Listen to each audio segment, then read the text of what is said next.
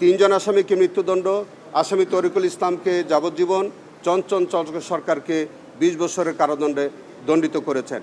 Habibur Rahman commissioner, ADC Rashed, OC Moshiur Rahman, ASI Chanchal এবং তারিকুল ইসলাম তাদের বিরুদ্ধে যথার্থ বিচার হয়েছে। চঞ্চল সরকার কার্নেশে ঝুলে থাকা আমির হোসেনকে নির্বিচারে গুলি করে, তিনি একটি ভিডিও বার্তায় উনি এই ঘটনা স্বীকার করেন। তারিকুল ইসলাম তিনি চঞ্চল সরকারের সাথে এই আহত এবং নিহতদের নির্বিচারে গুলি করে তাদেরকে হত্যা করে এবং আহত করে। এই মামলার মধ্যে চঞ্চল সরকার তাকে গ্রেফতার করা হয়, তাকে গ্রেফতার করা সম্ভব হয় এবং গ্রেফতার হওয়ার পরে তিনি একটা এক্সট্রা জুডিশিয়াল কনফেশনাল স্টেটমেন্ট দেন এবং তিনি এই গুলি করার ঘটনা স্বীকার করেন। তার স্বীকারোক্তি অনুযায়ী তিনি আমাদের অন্যতম ভিকটিম আমির হোসেনকে ঝুলে থাকা অপরাধ তার বিরুদ্ধে প্রমাণিত হয়।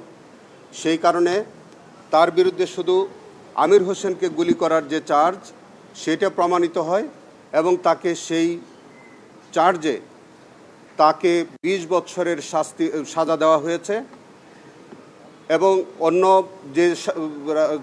অন্য যে চার্জগুলো ছিল, যেমন মায়া ইসলামকে হত্যা করার ঘটনা কিংবা আমাদের নাদিম মিজানকে হত্যা করার ঘটনা, বাসেত মুসা খানকে যে আহত করার ঘটনা, এই 3টি চার্জ তার বিরুদ্ধে প্রমাণিত না হয় এই 3টি চার্জ থেকে তাকে খালাস দেওয়া হয়েছে।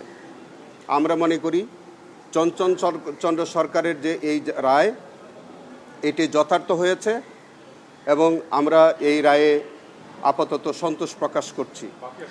আমরা এই মামলার মধ্যে অপর যে আসামি কমিশনার হাবিবুর রহমান, এডিসি রাশেদ এবং রামপুরা থানার ওসি মশিউর, তাদের প্রত্যেকের বিরুদ্ধে সবগুলো চার্জ প্রমাণিত হয়েছে।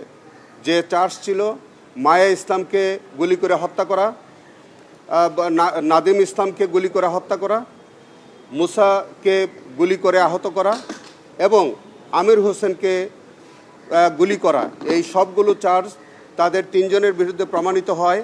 সকল চার্জে তাদেরকে আজকের মাননীয় ট্রাইব্যুনাল মৃত্যুদণ্ড দিয়েছেন।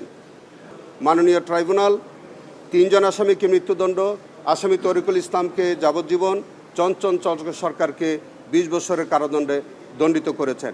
আমরা এই রায়ে মহান আল্লাহর কাছে আমরা শুকরিয়া আদায় করছি এবং আমরা মনে করি এই রায়ের মধ্য দিয়ে আমাদের শহীদ পরিবার এবং আহত পরিবার তারা ন্যায় বিচার পেয়েছেন বলে আমরা বিশ্বাস করি।